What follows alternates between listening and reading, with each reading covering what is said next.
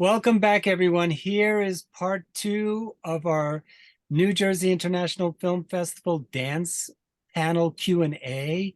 We have Kelsey McGee here, we have Adriana Davis, and we have Margaret Beals, and we're going to be talking about their movies. We have Danceable, which is Kelsey's movie, and Adriana and Margie's movie is about Margie herself, and she's an accomplished dancer, artist. So I guess I wanted to ask Margie a whole mess of questions. I don't know if I'll have a chance to do them here, but folks, you can always come and ask questions directly to all three actually of these filmmakers at our screening. But Margie, tell us, were you always a dancer, or is it something that kind of evolved? When did you start dancing? I did start very young because my childhood was really isolated, and we didn't, at my time, because I'm in my 80s, we didn't have TV, and we didn't have anything except for play jacks or something. So we had a lovely big hallway, and I began to dance at about 5 on my own, but I didn't think of it as anything special. I just thought that one afternoon I'd dance, and another afternoon I'd play marbles, and another afternoon so I didn't have any sense of not improvising. Like, I didn't know it was improvising. It was just like, how kids dance to records.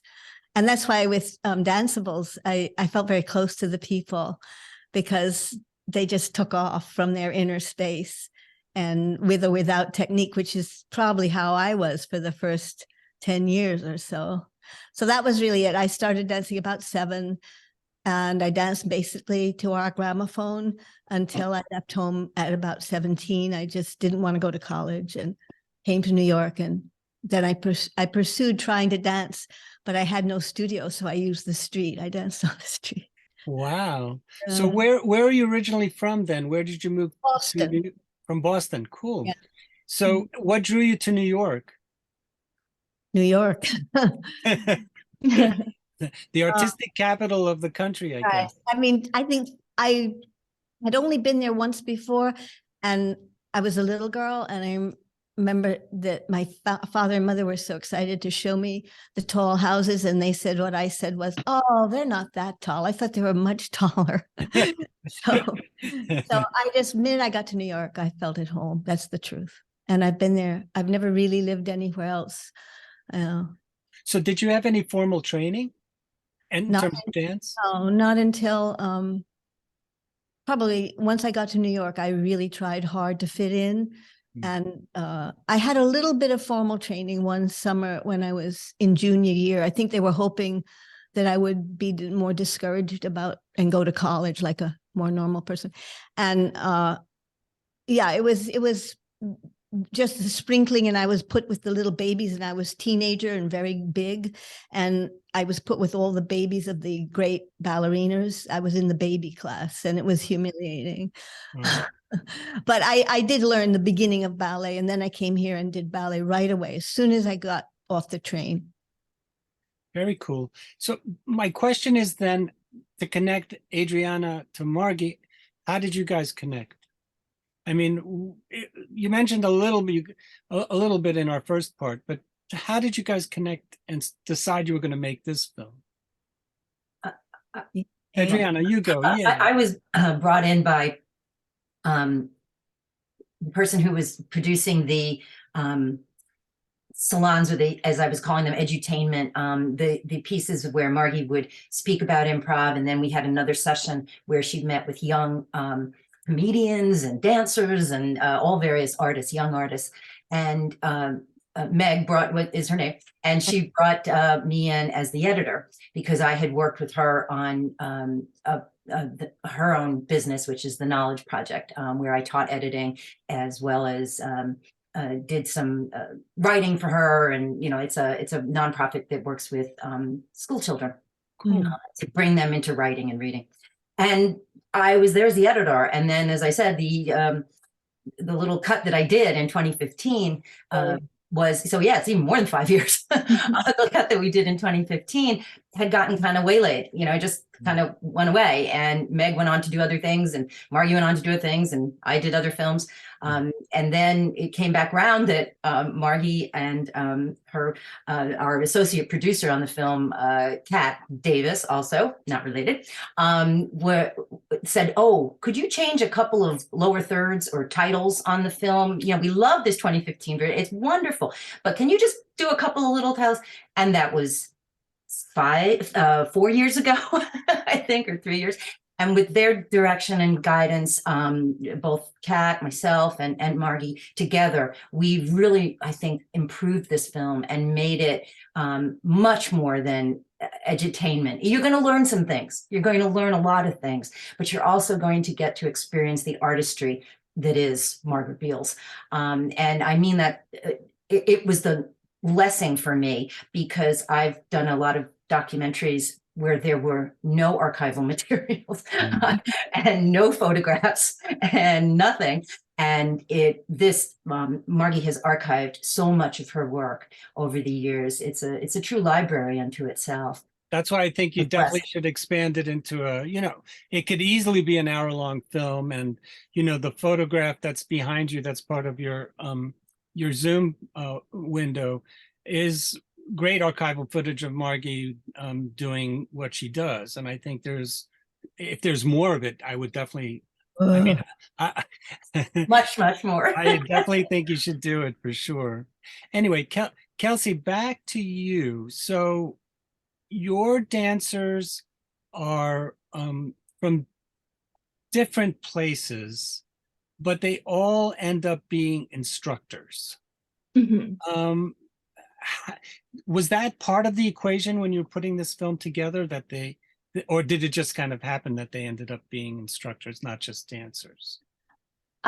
It wasn't in my original reason for choosing them to be participants in the film. I chose each one of the participants because they're all just such charismatic and really bright, incredible people. And I connected with them on a personal level. But I think in speaking to each one of them, I knew that Marcy was a teacher, but I didn't necessarily know that Lark and John P were teachers.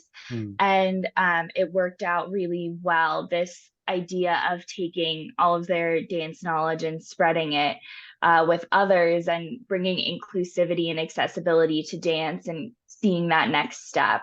But I wanted to show John P is a teacher, and they really have blossomed over Zoom, for example, because they're able to connect with so many different people now. Lark is a teacher, but they're also, a full-time dancer. They're also a full-time student. And so kind of finding pathways to make time to teach other people and how they, experience the world and bringing that into teaching. So I didn't originally plan, seek out dancers who were teachers, but then once they all told me that they were, I was like, wow, this is definitely something we have to discuss in the film and delve into a little bit more. Very cool. And Margie, I get the sense that you've done a lot of teaching as well. Is that true? Quite a bit. Yeah, quite a bit. Not so much in the beginning. I was just trying to find my way because I was different from what was in New York. So that was about 10 years. Because I got to New York in 1957. That's a long time. And then I really didn't get to document the work until I was 36. So all the material we do have is later in my career. I forgot your question. No, I mean, you're teaching. I mean, is it? Oh, teaching, I get a sense that you teach just by watching you. I think you teach. But I wondered if there was formal teaching that you did as well. Yes, there was. Once I got more on my own pegs and felt that I had something, that was different. Then they asked somebody, I think Connecticut College, when I was there at the American Dance Festival with Lucas Hoving, they said, they just called me in the morning and they said, can you teach an improv class and a yoga class, which I did some yoga. And I said, well, okay, but I'd never taught improv. And, but then what I found is just that you have to find that place that goes past technique or any knowledge and makes people want, like really what Danceable does, just that place in people that wants to dance. Each one is so different, like in Danceables, each person is so different. And that's what I've found. When you really get to let somebody just dance from themselves, it's different. I recently have gotten interested in improvisational music, and I know Keith Jarrett is, somebody who I'm a big ECM label fan. Their jazz music is really wonderful, and it's all encompassing. There's so many different types of jazz music, but I think Keith Jarrett was certainly different from many of them doing this kind of improvisational work. And I also discovered a person named Keith Rowe, and there was a band or a group called, let me see, I wrote it down. AMM. And there's another, these guys are English, and there's another fellow named Derek Bailey. And I realized that improv music is not really that, it's not spontaneous. Many people think of improv as spontaneous. Do you agree, Margie? That's a real long subject. That's a real I'm sorry. No, jazz, when it began to work with improv, worked with the chordal language of the piece, of the standard. They mostly all knew the standards, and then they would work off of the chordal structure very freely, sometimes giving each member of the trio a solo based on the chordal structure. What Keith did, and I don't know if he's the only one, but he's the one I'm super close to in my heart, is he was left one day without his group, and it was a very bad piano in an awful studio somewhere in Europe. And they said, well, you just have to go forward. And he just had no idea. And he improvised he found that he went from the standard chord, but then he saw, I have all this time before I have to do another chord. There's nobody here. And so he began to find the transitions between the songs. And that's when the Cole concert, the very famous Cole concerts came out of that.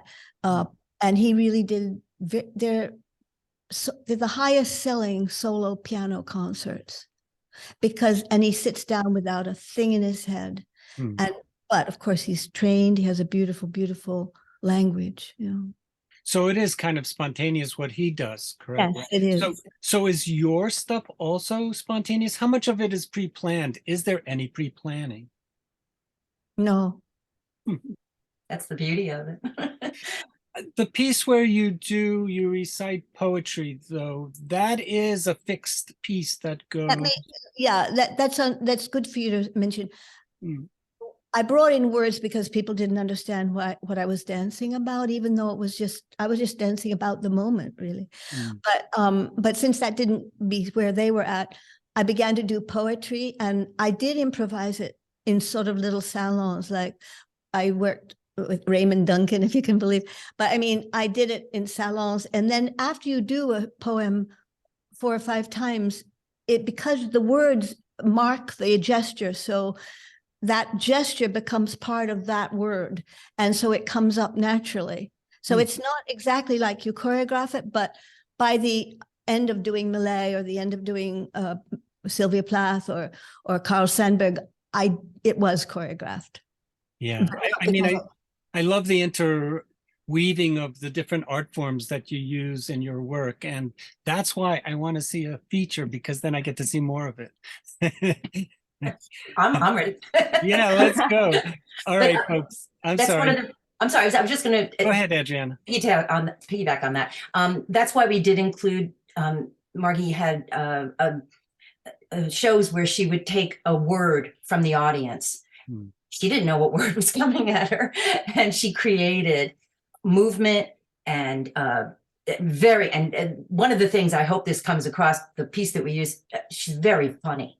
She really has an incredible sense of humor that comes across in her movement, but also in her language and in the voice. And so she, in the one we use in the film, was called Pumpkin. And that's what somebody yelled out. They yelled out Halloween, actually. And she took it to be a pumpkin. And it's a shortened version of it. So you're right. When we have a longer film, we'll include all of them. But it's such a unique, I hadn't seen that type of technique before. And to incorporate all of the different media together. That's what we hope comes across to people, that you can incorporate improvisational techniques in whatever you do. I thought of Margie being a magician almost, like, pick a card and I can tell you what the card is. But, it reminded me a little bit of that. And it's a very effective piece. And that I would love to see more of it. But I have about 50 words wow. on film. Some of them aren't that good. Each time I was in the nightclub, they would usually I do some dancing and then they'd send me 5 words from the audience. And, that's the whole thing with improv. It's totally, you have to let go. If you hold on, you're finished. So I failed, maybe two or 1 word a night. I would get confused or not be sure what it meant. And then I'd still try to plow on and everybody'd be like, But people love, once they understand you're comfortable with the risk, they're happy to try it too, because it's like a guessing game, Very cool. Do you have any questions for Kelsey, Adriana, and Margie? I had one. Sure. Well, I had more than one, but first of all, I loved it. It was so engaging. And one of the ways you made that you're welcome. One of the ways you made that come across yourself and your director and your editor was that you put everything in their voices. And I thought that was such a perfect technique for this. I'm actually a voiceover artist, but voiceover would have ruined that. No, I think I'm usually a proponent of it, but it was just speaking. And that's why I thought it's so similar to what Margie does in the moment. If I felt like I was in the moment with each of them, can you tell me, did you wrestle with that technique or did you think of other ones first and then came upon it? Thank you. Well, I knew going into this, I only wanted to hear their stories in their voices. That was really, really important to me because we're following each one of their journey, their personal journey. And I feel like it just was really, really important to me. I never considered interviewing outside people or bringing friends or family in because we do see Marcy's parents a little bit because we were in her home, but it was just really important to me to have each one of them speak about their journey with dance or their process because I feel like so often with dancers with disabilities, their words are taken from them or their experience is told by someone else. And so I wanted them to share their process. And I think it was effective. So thank you. Yeah. Not think, it was. Is, I should say. Wonderful. Okay, what I'd like to do now is share screen. Let me make sure I do this so I don't screw it up. All right, so we're going to share screen and I would love to show folks how to be able to purchase tickets. So normally you would type in njfilmfest.com, which is our website. And this is actually a photograph of the space. I don't know if you can see that, but this is where you're going to be coming for the in-person screening. This building is attached to the Zimmerli Art Museum, which is the University Art Museum. And the art history department is located in this space. So they have a very large lecture hall that I was involved in helping it become a more user-friendly screening space. And it's now used by everybody. It has soundproofing, really nice comfortable chairs, and the space is graded, sloped upward towards the back. And there's still some issues with the dimming in the space. But other than that, the sound system is nice. The screen is huge and the high definition projection is wonderful. So you would come to this space and then you would click on current events and then it would bounce you to just below that image. And you would click on where it says buy tickets. And once you hit that, you go to our Eventive website page. Eventive saved us during the pandemic because we had no way to screen movies. And I chit-chatted with some other festival directors that I know because I've been doing this for 43 years now, coming up on 43 years. Even though this festival is in its 28th, I've been running the New Jersey Film Festival, which is a biannual festival that's linked to the university calendar. And I asked them, what are you guys doing? Well, they said, use Eventive, they're really good. I said, okay, so here we are. We've been using them now for 3 years, and we've had really a wonderful experience. And now even Sundance is using them. They use them for the first time. So you would come to our welcome page when you hit that little button at our original homepage. And this gives you some basic information. But if you would like to buy tickets, you would click on the ticket screening red button.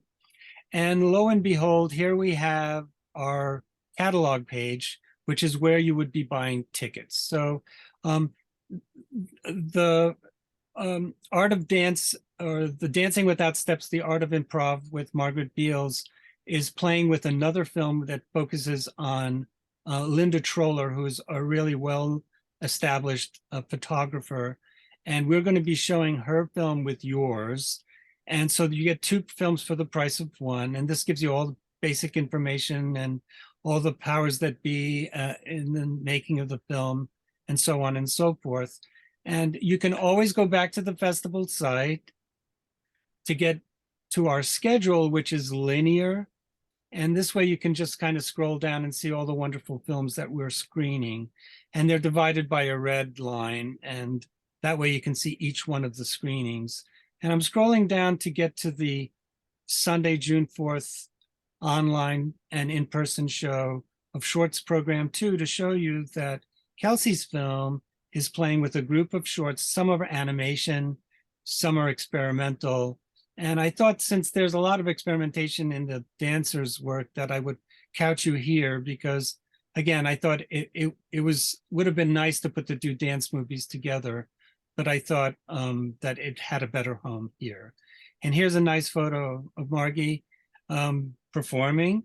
And this is one of the publicity shots that you use. And here's some more information about the 2 films that are playing together. So I'm going to go back up top. And you can always navigate the menu on the corner here, or you can always go to the film guide, which gives you individual listings, so you can see all about each. And oh, you guys ended up together. There you go. There it is. Alphabetical, right? Yes, that's definitely how it works. And so you can browse around our site. There's a lot of good information. And for folks who want to buy an all access pass, it's a great deal. It's $100 for everything. It's like basically half price, a little less than that. So I'm going to stop sharing and get back to our guests. So folks, if you would like to see these guys in person, they'll be available June 4th for Kelsey. She'll be there. There'll be a number of artists at that screening as well. One fellow's coming from Montreal. And there's another couple of filmmakers. One is based in Iran, and his animation film is wonderful, but he's not going to be able to come. But I've also set up where there'll be an in-person Q&A for both shows. So on June 10th, the 2 filmmakers will be there, and the 2 subjects of the film will be there as well. So it should be really exciting. And this way you can get access to these guys directly and not have me ask all the questions, which is nice, but it's much nicer when folks ask their own questions. So this will conclude our Zoom panel on dance films that we're showing. I want to thank you all for participating. Adriana, Margie, and Kelsey, you guys are wonderful. I can't wait to meet you in person. And folks, again, if you'd like to check out our film festival, it's open to the public. Anyone can come. Some of the screenings will sell out, some will not, but that's okay. We're here for everyone. And you can always get access online if the screening is sold out for in person. But I want to thanks again, everyone. I really appreciate you doing. Thank you.